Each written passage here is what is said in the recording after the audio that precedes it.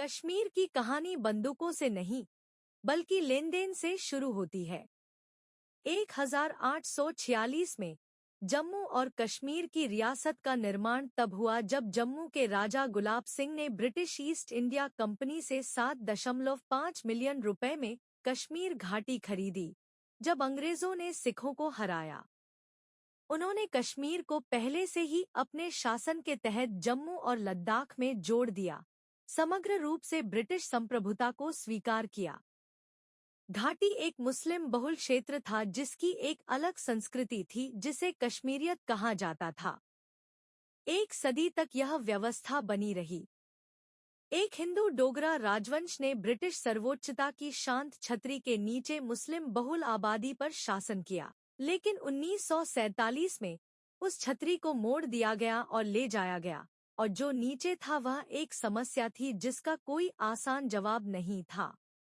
अगस्त 1947 में भारत ने ब्रिटेन से स्वतंत्रता प्राप्त की और पाकिस्तान को मुस्लिम बहुल देश के रूप में बनाया गया। रियासतों को 3 विकल्प दिए गए थे: स्वतंत्र रहें, भारत में शामिल हों या पाकिस्तान में शामिल हों। इन अनिर्णीत मामलों में कश्मीर सबसे अधिक पीड़ादायक था। इसके शासक महाराजा हरि सिंह हिंदू थे। उनके लोग बहुसंख्यक मुस्लिम थे। भूगोल ने इसे पाकिस्तान की ओर दबाया। इतिहास ने इसे अस्पष्टता की ओर खींच लिया। महाराजा ने शुरू में स्वतंत्रता की मांग की, क्योंकि कश्मीर को सदियों से उपेक्षित और अधीन किया गया था। लेकिन उनकी झिझक ने तबाही को आमंत्रित किया। अक्टूबर 1947 में पाकिस्तान से सशस्त्र जनजातियों ने जम्मू कश्मीर में घुसपैठ की। हरि सिंह ने यह महसूस किया कि उन्हें भारत की मदद की जरूरत है। उन्होंने प्रधानमंत्री जवाहरलाल नेहरू और सरदार पटेल से संपर्क किया, जो इस शर्त पर सेना भेजने के लिए सहमत हुए कि वह भारत को रक्षा, विदेशी मामलों और संचार का नियंत्रण सौंपने के लिए एक विलय पत्र पर हस्ताक्षर करें। हरि सिंह ने हस्ताक्षर किए और भारतीय सैनिक अंदर चले गए। इसके बाद का युद्ध गंदा, क्रूर और अनिर्णायक था। इस संघर्ष के परिणामस्वरूप भारत ने जम्मू कश्मीर के एक बड़े हिस्से को नियंत्रित कर लिया, जबकि पाकिस्तान ने गिलगित एजेंसी, बाल्टिस्तान और कश्मीर के पश्चिमी किनारे को हासिल कर लिया, जिसे पाकिस्तान आज़ाद कश्मीर कहता है।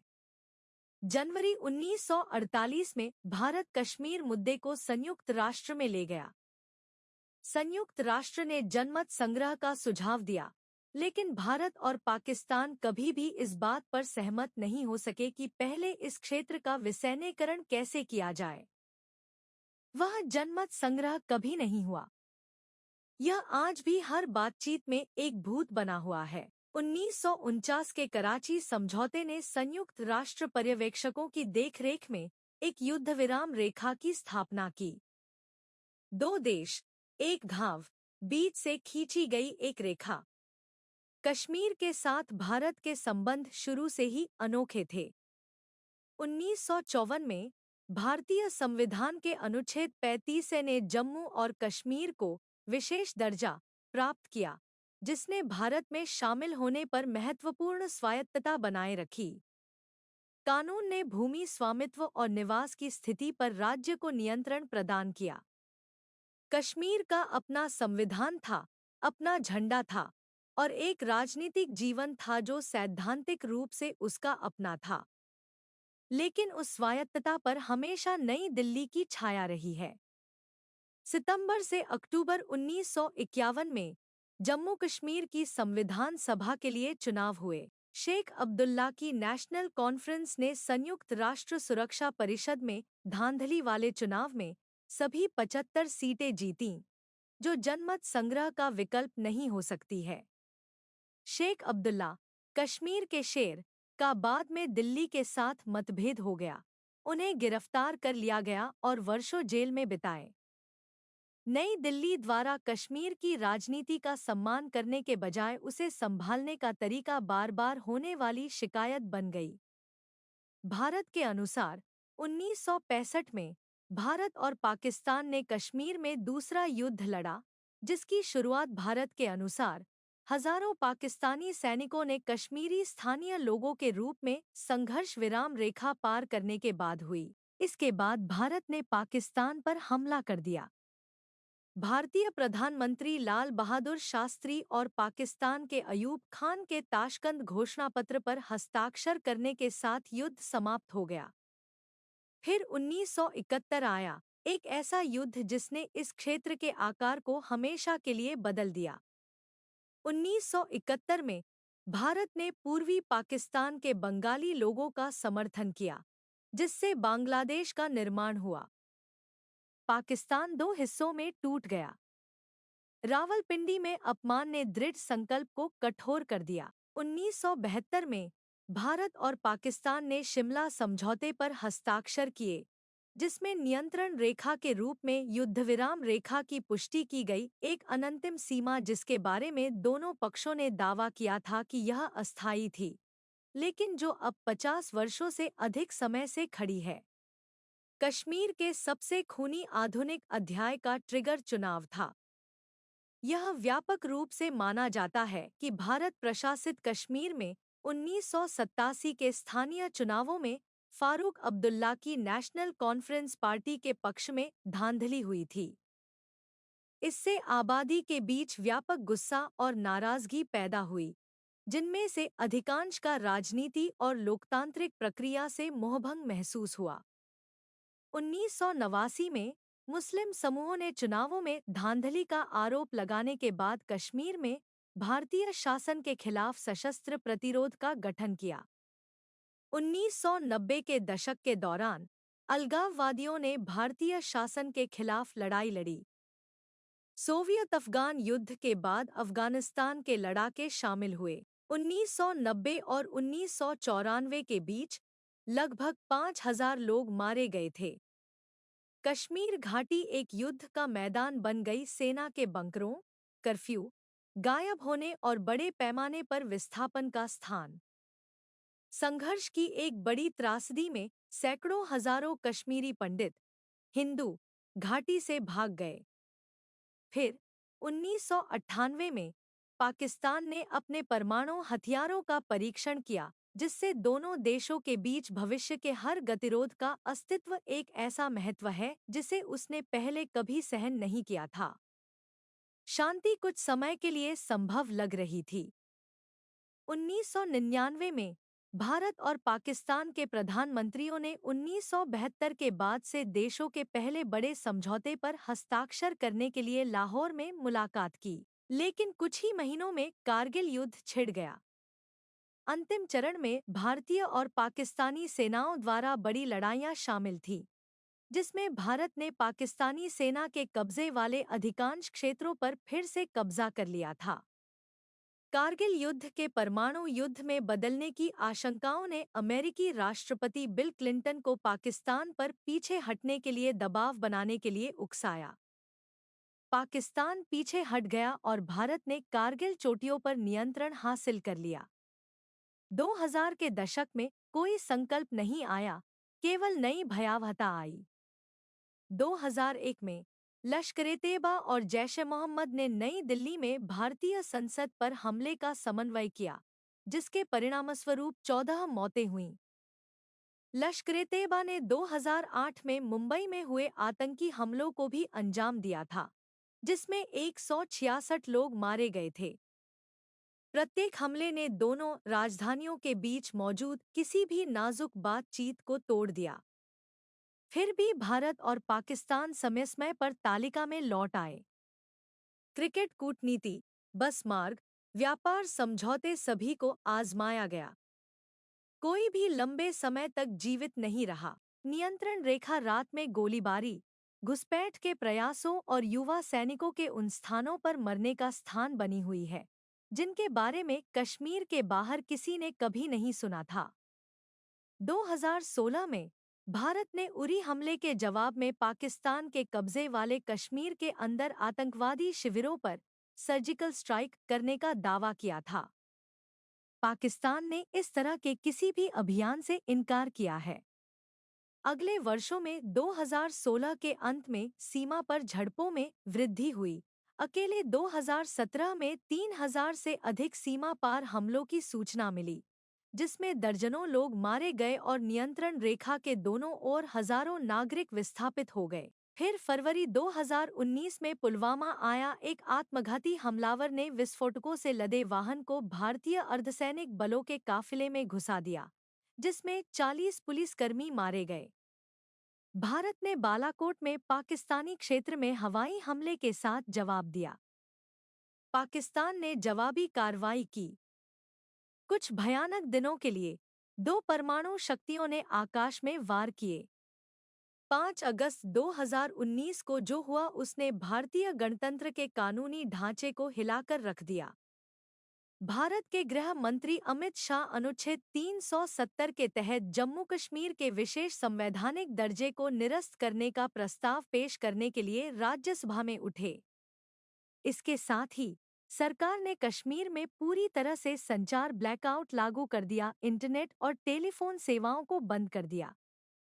5 अगस्त 2019 को सरकार ने 1954 के आदेश को रद्द करते हुए एक राष्ट्रपति आदेश जारी किया, जिसमें भारतीय संविधान के सभी प्रावधान जम्मू और कश्मीर पर लागू हो गए।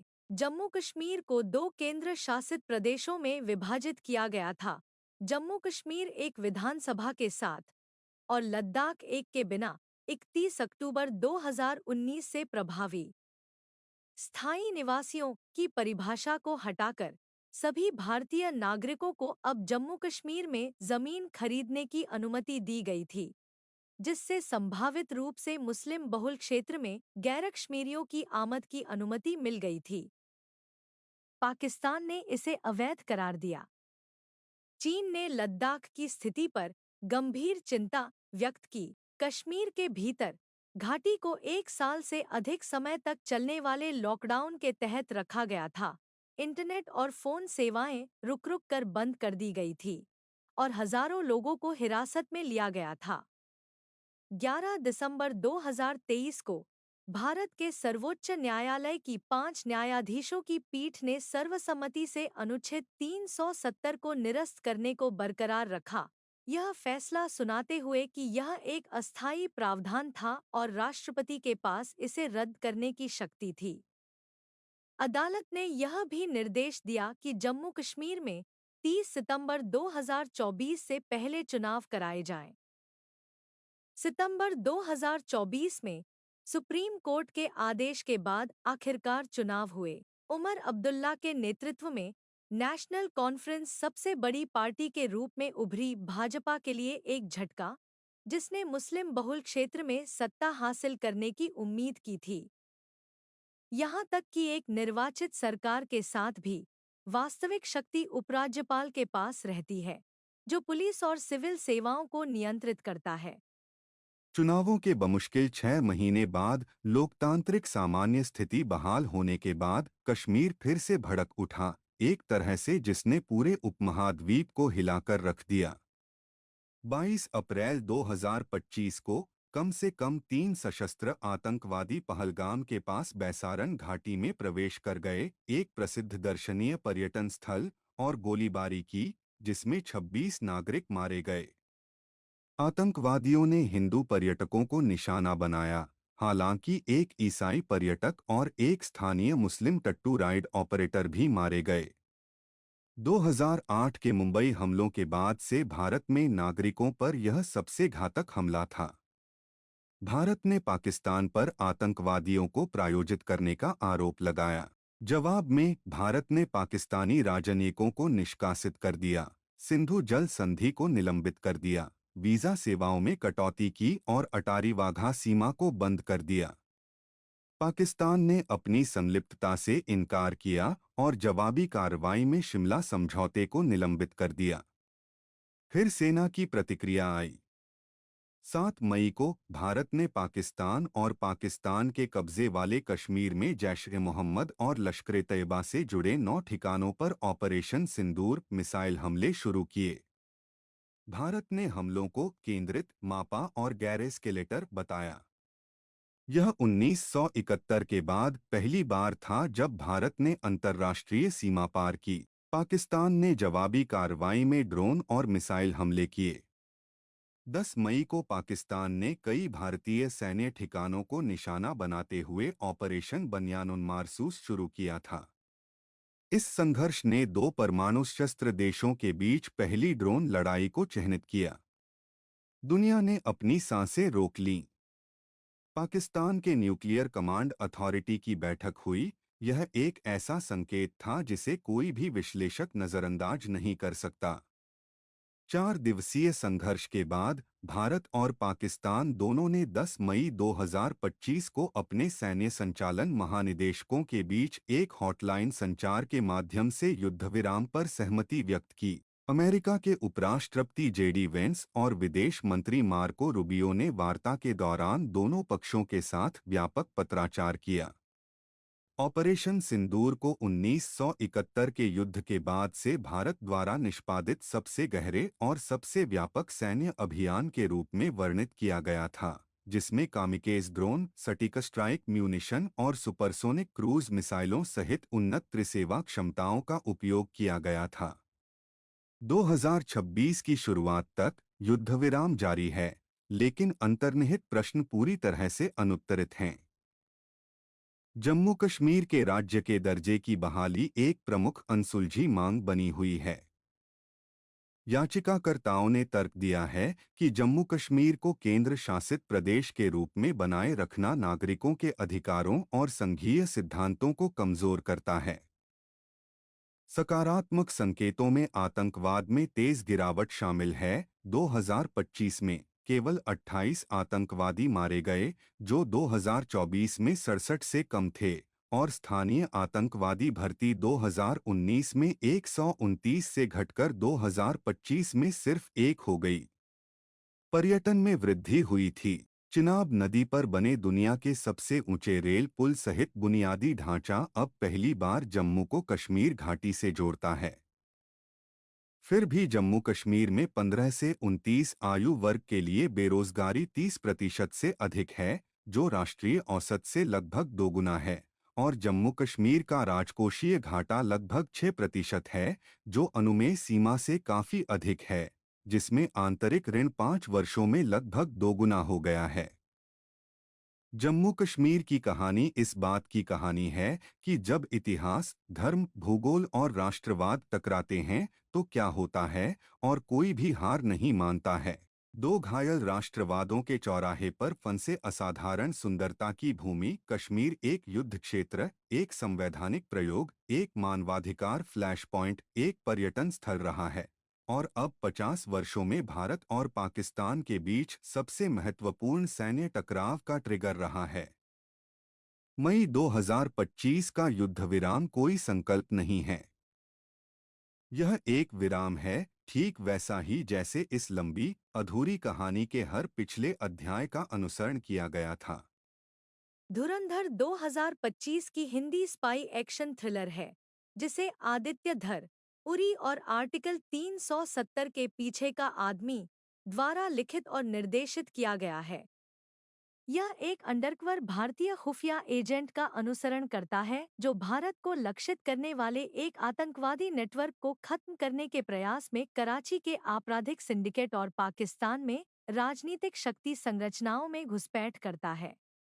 आधार: एक रहस्यमय यात्री कराची के अंडरवर्ल्ड के केंद्र में फिसल जाता है और घातक सटीकता के साथ अपने रैंकों के माध्यम से ऊपर उठता है, केवल कुख्यात आईएसआई अंडरवर्ल्ड गठजोड़ को भीतर से अलग करने के लिए। यह वह जगह है जहां यह हमारे द्वारा चर्चा की गई हर चीज से सीधे जुड़ता है। फिल्म की कहानी दक्षिण एशिया में कई वास्तविक जीवन की भूराजनीतिक घटनाओं और संघर्षों से प्रेरणा लेती है, जिसमें 1999 का IC 814 अपहरण, 2001 का भारतीय संसद हमला, 2008 का मुंबई हमला और पाकिस्तान के ऑपरेशन लयारी से जुड़े घटनाक्रम शामिल हैं। इनमें से प्रत्येक वास्तविक कश्मीर पाकिस्तान संघर्ष की कहानी का एक अध्याय है।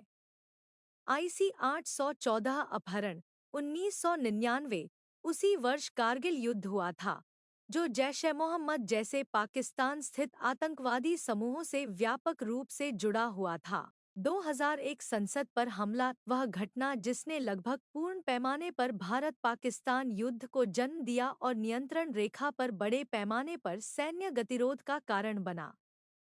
2008 का मुंबई हमला लश्कर-ए-तैयबा द्वारा किया गया था, जो सीधे तौर पर पाकिस्तान स्थित आतंकी ढांचे से जुड़ा हुआ था, जिसने दशकों से कश्मीर विद्रोह को बढ़ावा दिया है। फिल्म मुख्य रूप से 2007 और 2009 के बीच सेट की गई है, ठीक उस खतरनाक दौर में। फिल्म का केंद्रीय खलनायक आईएसआई आपराधिक नेटवर्क काल्पनिक नहीं है। पाकिस्तानी खुफिया विभाग द्वारा भारत के खिलाफ छद्म संघर्ष छेड़ने के लिए आपराधिक अंडरवर्ल्ड हस्तियों और आतंकवादी समूहों का कथित रूप से उपयोग करना दशकों से भारतीय सुरक्षा एजेंसियों द्वारा एक प्रलेखित आरोप रहा है और कश्मीर में सीमा पार आतंकवाद की वास्तविक कहानी का केंद्र है। फिल्म में जासूस हमजा रहमान डकैत के गिरोह में घुसपैठ करता है, जो एक विशाल नेटवर्क के साथ सबसे शक्तिशाली गैंगस्टरों में से एक है, जो राजनीतिक और आतंकवादी पारिस्थितिकी तंत्र से जुड़ा हुआ है। यह दर्शाता है कि वास्तविक विश्लेषक पाकिस्तान के गहरे राज्य, आपराधिक सिंडिकेट और आतंकवादी संगठनों के बीच धुंधली रेखाओं का वर्णन कैसे करते हैं। निर्देशक आदित्य धर ने अब 3 फिल्में बनाई हैं, जो इस संघर्ष के विशिष्ट अध्यायों को नाटकीय रूप से प्रस्तुत करती हैं। उरी 2016, सर्जिकल स्ट्राइक, अनुच्छेद 370, 2019 की संवैधानिक क्रांति और अब धुरंधर, हेडलाइन घटनाओं के पीछे गुप्त खुफिया युद्ध।